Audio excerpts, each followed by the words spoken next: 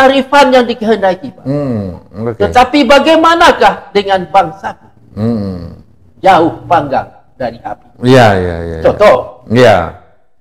Sesudah berpengalaman kita dengan pengalaman Orde Lama, Orde Baru, semua reformasi yang dulu-dulu, yang baru bagus. Semuanya dibuat dengan hanya mementingkan diri sendiri. Menganggap orang lain bodoh atau orang lain.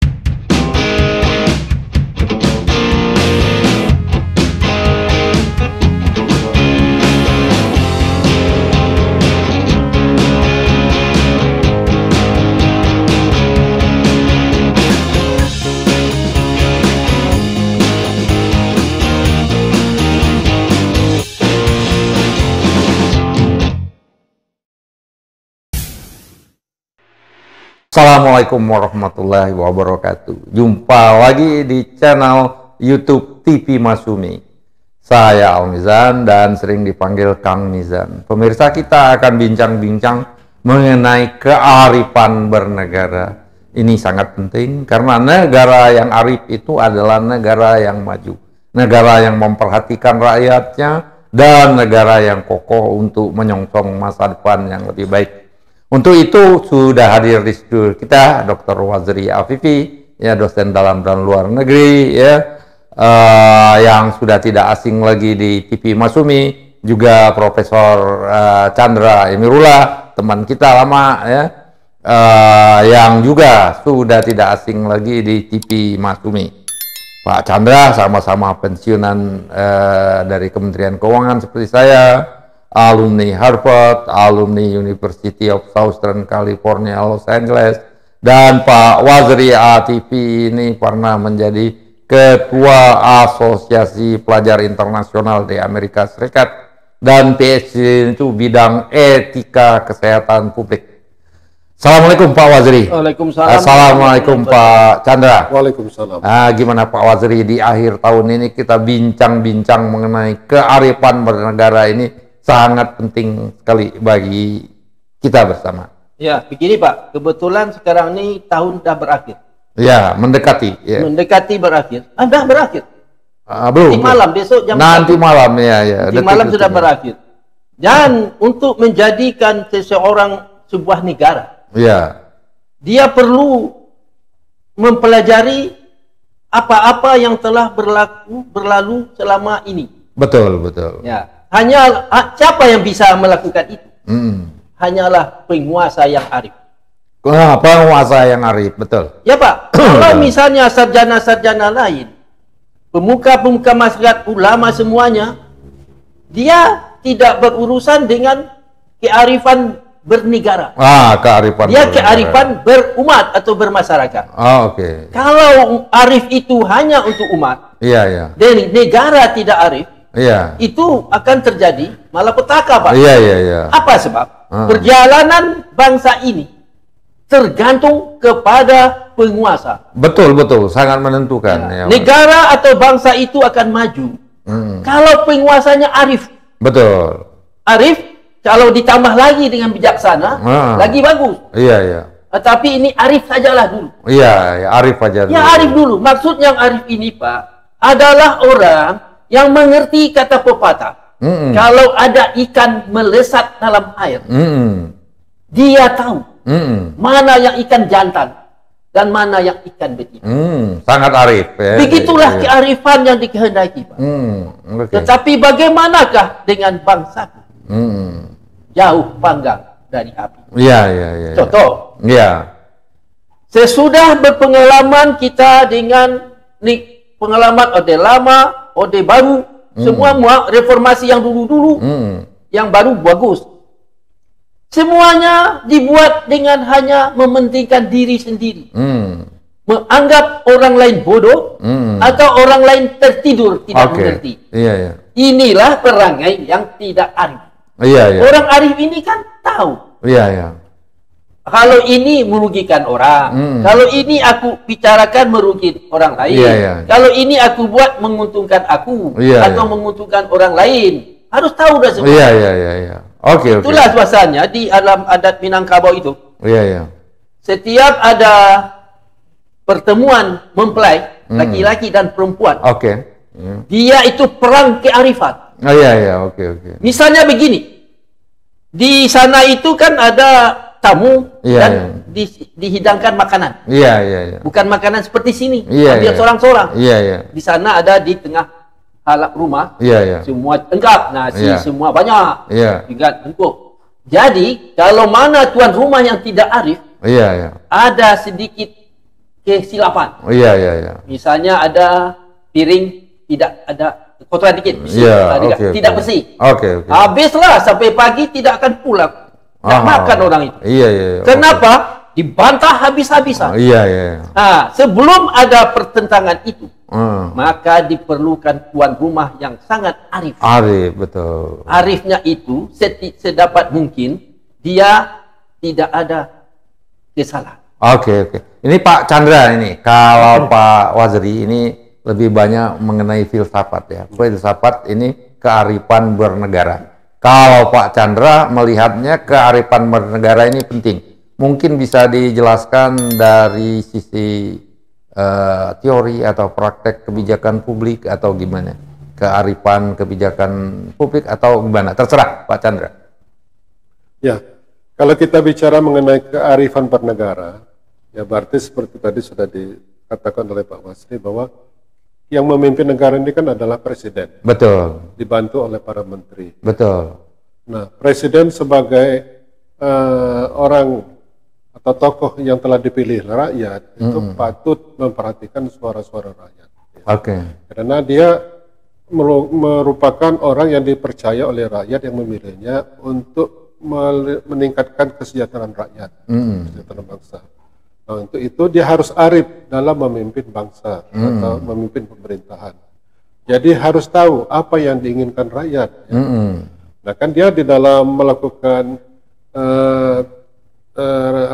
langkah-langkah untuk meningkatkan rakyat melalui peningkatan pertumbuhan ekonomi, misalkan memberikan rakyat keadilan dari segi ekonomi, dari segi hukum, ya, dari segi sosial itu kan punya program kerja. Nah itu harus melihat apa yang diinginkan rakyat ya. Dari segi ekonomi, bukan hanya dari segi pertumbuhan ekonomi saja, tapi juga dari keadilan, dari mengurangi ketimpangan sosial misalkan.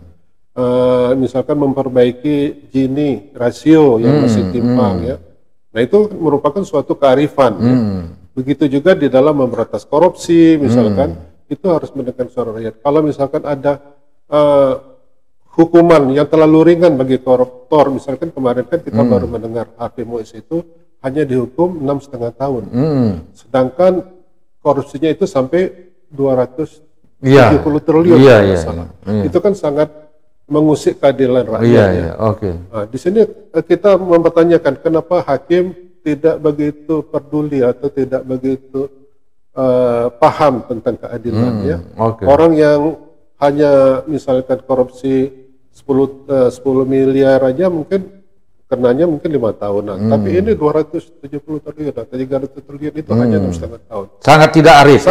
Sangat tidak arif. Jadi dari segi melaksanakan penegakan hukum, kemudian dari segi meningkatkan keadilan ekonomi ya, itu seharusnya pemimpin bangsa ini lebih arif ya. Mereka sebagai presiden misalkan mengarahkan menteri-menterinya di bidang ekonomi, di bidang hukum untuk betul-betul memperhatikan rasa keadilan ini, keadilan ini supaya pemerintahan presiden ini bisa berlangsung sampai 5 tahun ke depan tanpa ada halangan, tanpa ada gangguan yang bisa merusak keamanan di dalam negeri. Demikian saya kira. Pak Wazri, ini Pak Prabowo kan ini baru saja menjalankan kabinetnya, belum sampai 100 hari. Kira-kira menurut Pak Wazri supaya rezim Prabowo Gibran ini dan menteri-menterinya lebih arif ya dalam memimpin negara ini, kira-kira saran Pak Wazri apa saja itu kira-kira? Ya sebenarnya Pak Prabowo Iya. Bisa menjadi orang arif dan bisa menciptakan kearifan untuk negara, Pak. Oke. Hanya mudah saja. Gimana tuh? Belajar dari masalah yang tidak pernah selesai masa lalu. Oke. Itu ya, Pak. Iya, jadi kearifan, misalnya kearifan yang dia punyai. Oke. Kearifan yang dia ingat saja mudah pepatah, Pak. Iya. Pepatah itu tidak ada keledai yang tersandung di batu yang sama 2 kali. Iya, keledai. Keledai itu. Ya, keledai sebenarnya orang yang ini, tapi yang gitu juga nggak akan tersandung 2 kali ya. Dari situ Pak Prabowo ini, misalnya begini Pak, dulu orang-orang bangsa ini masa tertindas karena adanya kekuasaan rahasia. Kekuasaan rahasia. Semua keputusan diambil oleh penguasa seakan-akan berasal dari penguasa rahasia. Orang yang di sebalik layar. Ini adalah orang-orang yang tidak arif, Pak. Biasanya orang-orang yang bekerja di balik layar tidak mungkin dia mengabdi. Itu tidak mungkin. Kalau dia ingin mengabdi, ya dia terus terang. Dia tunjukkan mukanya. Inilah kearifan aku.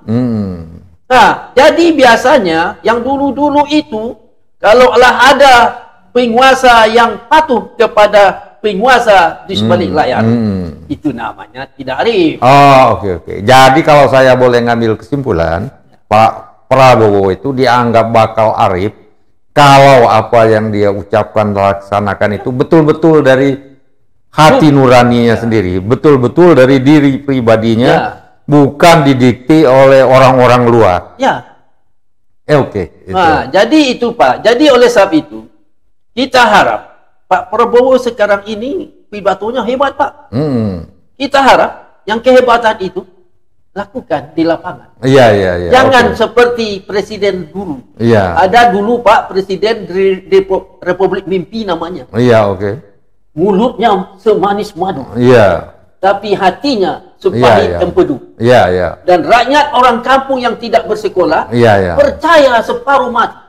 Dengan mulutnya yang manis tadi. Akibatnya bangsa kita terperosok ke dalam jurang yang tak bisa ke atas lagi. Nah, Pak Chandra gimana nih?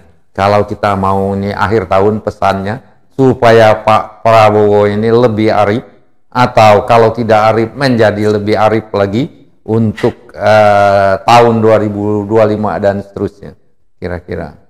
Ya, kita berharap dengan datangnya tahun 2025 besok, kita berharap sekali lagi pada Presiden Prabowo untuk lebih arif di dalam menyatakan pendapatnya, di dalam menyampaikan gagasannya Jadi kemarin kan kita mendengar ada beberapa isu yang kontroversial yang dilemparkan oleh Pak Prabowo. Presiden Pak Prabowo. Seperti misalkan pemilihan gubernur, kepala daerah pilkada. Kepala daerah lewat DPRD. Dikembalikan ke DPRD. Dikembalikan ke DPRD. Kemudian masalah pengampunan koruptor. Dengan syarat mengembalikan harta atau uang yang dikorupsinya. Hasil korupsinya.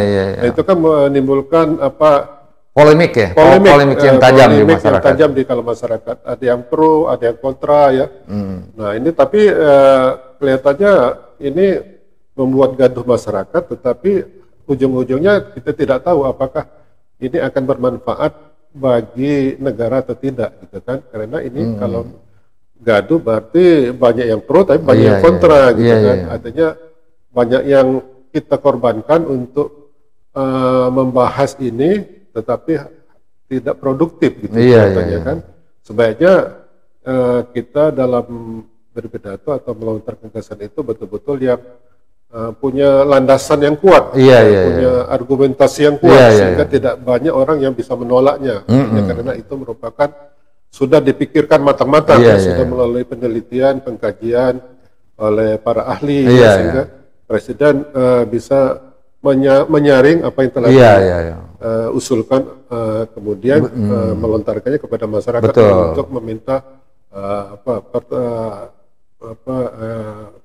tanggapan atau kira-kira respon masyarakat bagaimana terhadap gagasan tersebut. Tapi jangan hanya langsung keluar dari hati tanpa dipikirkan dulu. Itu akan menimbulkan gejolak yang tidak perlu.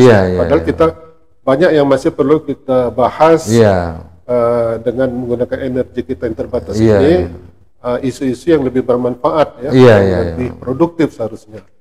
Jadi kita berharap Presiden untuk kedepannya supaya lebih akurat lagi dalam menyampaikan gagasannya, wacananya, tidak perlu mengundang polemik-polemik yang sudah.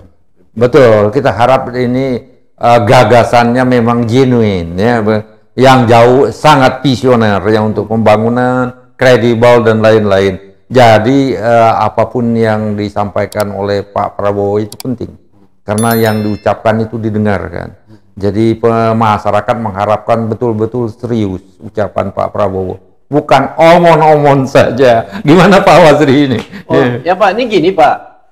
Sebenarnya perkara kearifan ini dan mempunyai sikap arif secara otomatis ada syaratnya Pak, ada caranya Pak. Ada caranya, Cara mudah aja. Dia harus menangis melihat bangsanya tertindas oleh orang lain. Dan satu lagi, dia harus merasa rendah daripada pemimpin negara lain yang bisa menciptakan bangsanya terhormat dari segala bangsa yang ada. Nah, ini aja Pak. Jadi kalau dia merasa begitu, maka mau tak mau dia akan berpikir secara hati-hati dan seperti kata Bapak tadi, berpikiran jauh ke depan. Jauh ke depan, visioner. Visioner. Maka secara otomatis perkataan arif akan melekat kepada sang presiden. Betul sekali. Demikian pemirsa, saya kira Pak Chandra ada yang mau ditambahin? Cukup. Demikian mudah-mudahan pesan akhir tahun dari channel TV Masumi ini bermanfaat bagi kita semua, bermanfaat bagi negara dan bangsa ini, dan kita harapkan bangsa ini terus melaju ke depan dan sejajar dengan bangsa-bangsa yang lain. Wabillahi taufik wal hidayah. Wassalamualaikum warahmatullahi wabarakatuh.